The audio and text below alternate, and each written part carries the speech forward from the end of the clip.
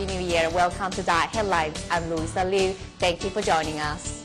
At Tzu Chi's winter aid distribution in Xiamen, China, volunteers arrive at Xiang'an district.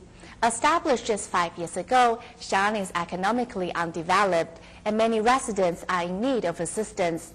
Take Cai Disui, for instance. His face is distorted by a tumor grown so large he can no longer work. When volunteers found him attending their winter distribution, they offered him a personal courier for the aid packages he was taking back home. Here at Tzu Chi's winter aid distribution in the Xiang'an district of Xiamen, one man is drawing everyone's gaze. The right side of 36-year-old Cai Dishui's face is severely distorted by a large hemangioma. Even talking and eating have become difficult. Volunteers are making a special delivery of aid packages to his house. When I was little, the tumor was very small. Now it's become really hard for me to work and difficult for me to eat too. Undeterred by the bleak winter, every nook here is filled with warmth. Be it endless streams of thanks until one's voice becomes hoarse, or just a simple hand gesture, everyone's innermost emotions are on sincere display. Putting Vaseline on this senior's chapped hands, this volunteer is also soothing her heart with love. The winter aid distribution fell on a weekend, so 121 students have come to help out. Dedicating this time and effort to those in need, these young volunteers have been rewarded with the precious, overwhelming sense of spiritual wealth. The county of Nanjing in China is home to the famous Fujian Tulou, a large earthen building which has made a World Heritage Site by UNESCO last June. The county was also the location of a Tzu Chi winter aid distribution. Volunteers handed out supplies to over 30,000 villagers from 11 townships, mostly in isolated mountainous regions. Residents are hopeful that tourists and investment will come to their region soon. But before the crowds arrive, Tzu Chi volunteers help the villagers get through this winter. Early in the morning in the mountains, everything is covered in mist. Traveling along the newly completed highway, we head towards the distribution site in Shuyang Township, which is where you will find the UNESCO World Heritage Site of the Fujian Tulou, or Earth Building. The 6-meter wide road was built for the tourist industry, but before the expected flood of visitors arrive, Tzu Chi volunteers are here first. Villagers are waiting at the distribution site in Chizhou Elementary School. Getting here over poor mountain roads is not easy, so visitors are a rare sight, which is why everyone is excited to see the arrival of Tzu Chi. The thick southern Ming accent, similar to the local dialect in Taiwan, give the visiting volunteers a sense of homecoming.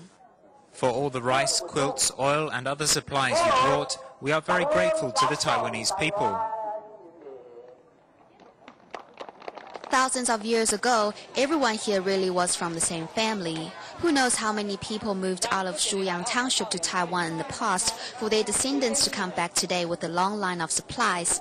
In total, there are 11 items, many more than Mr. Xiao Jingrong imagined. I'm very happy to get these things. Following Mr. Xiao, who is carrying 2 large bags of supplies through a vegetable garden with mud huts on either side, we arrive at World Heritage Site of Fujian Tulou, which is where he lives. Despite the grand name, the poor standard of living in the mountain area is clear to see. Most villagers are poor. The majority of aid recipients are elderly, disadvantaged, or disabled. Xiao Yueying picked up supplies for her 90-year-old mother. Aside from rice and oil, there is thermal underwear, a winter blanket, and a thick jacket. My old mother can wear it and cover herself with the blanket. Xiao's mother, who has been waiting by the door, takes off the cotton coats given to her by her grandson and puts on her new Tzu Chi jacket. It's very warm and beautiful.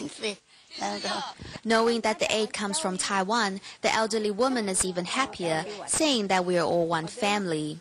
Our Taiwanese compatriots are our family. I know we are family. The warm welcome received by volunteers in the 46 houses in Fujian Tulou makes the visitors feel that they are returning home. After completing the distribution, volunteers make a house call to village residents. But the single mother they were visiting left immediately after dropping off her aid supplies to work in the fields. My mother just came home, but she left again. After the father died at an early age, the mother works hard to support the family, while daughter Zhang Yan went to find work in Xiamen to support her younger siblings' college education. She has moved to tears when the visiting nun praises her devotion to the family. Although forced to find work outside the village, the eldest sister is comforted by the fact that Tzu Chi is here to help. We need the help of everyone. They do their best to help us. I'm grateful to them. Thank you, everyone. Neighbor Mrs. Luo is overjoyed today. Since her son died in a road accident, her home has never been this happy. Having only just sorted the supplies she collected at the distribution, Luo and her husband are surprised the volunteers have come to see them. The red color of the Tzu Chi jacket adds to the festive atmosphere.